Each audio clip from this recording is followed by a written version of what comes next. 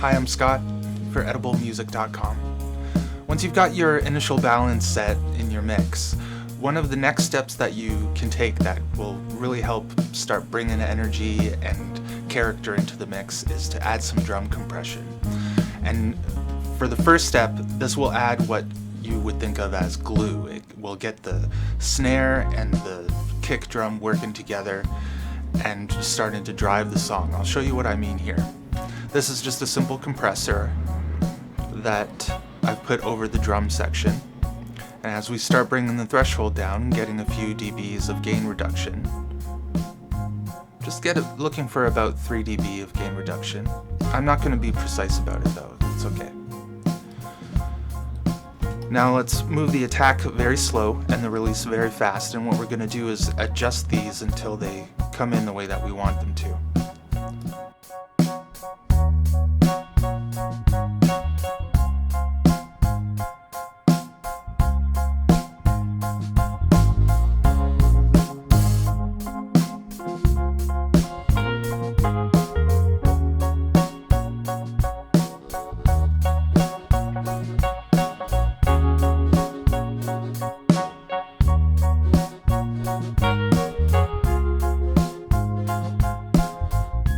That's pretty good. Let's see how it sounds without the compressor.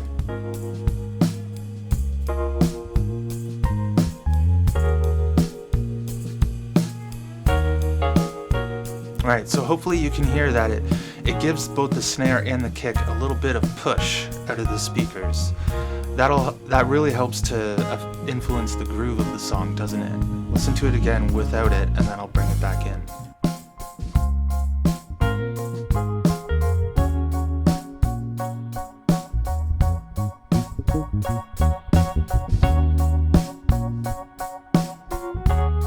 Nice. Pretty good.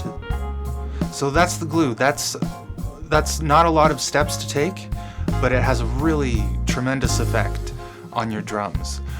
But the thing is the glue is just the beginning. I want you to listen to, as I adjust the attack, how the drums start to interact with the rest of the arrangement.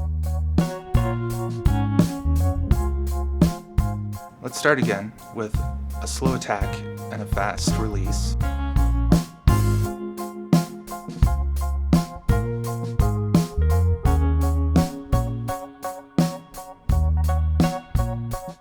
Okay, that's very interesting. So as you move the attack faster, it starts to push the snare and the kick back a little bit, so that now the focus is the hi-hat of the drums that's interacting with that keyboard part. And it feels as though the tempo of the song is picked up. Like you start kind of nodding with the hi-hat instead of, grooving with the snare and the kick and the bass. I'm going to pull the attack back again and make it slower, and you'll hear the drum set moving away from the keys to interacting more with the bass guitar. Check this out.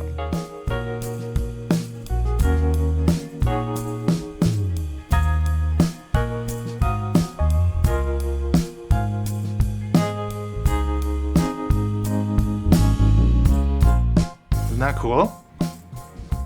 That's very cool. Right now the groove feels very different. Let's see what adjusting the ratio does here.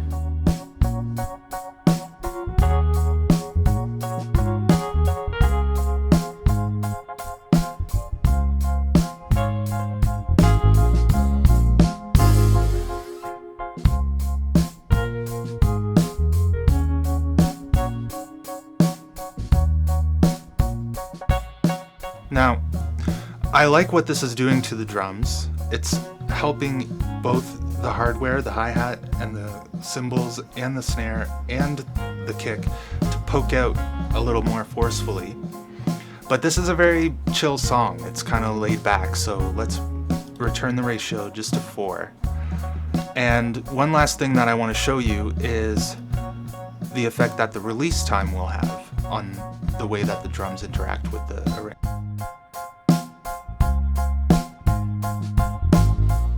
And what I want you to listen to is the space between the kick hits. And and how the bass guitar sounds as we adjust the release.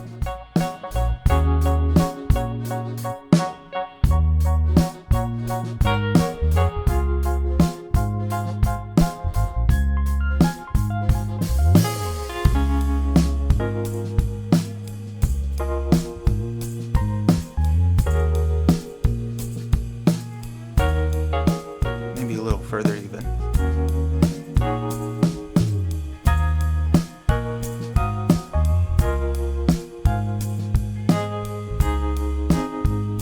That's very interesting and also very cool. So what happens when we lengthen the release time? It spends more time pushing the drums down, which gives space for the bass guitar to come forward. With the release shortened, then the resonance from the kick drum and the air that it moves, that the mic captures, is allowed to kind of bloom outwards into the mix. But with a longer release, that sound is being kind of pressed down a little bit and letting the bass be the forward instrument.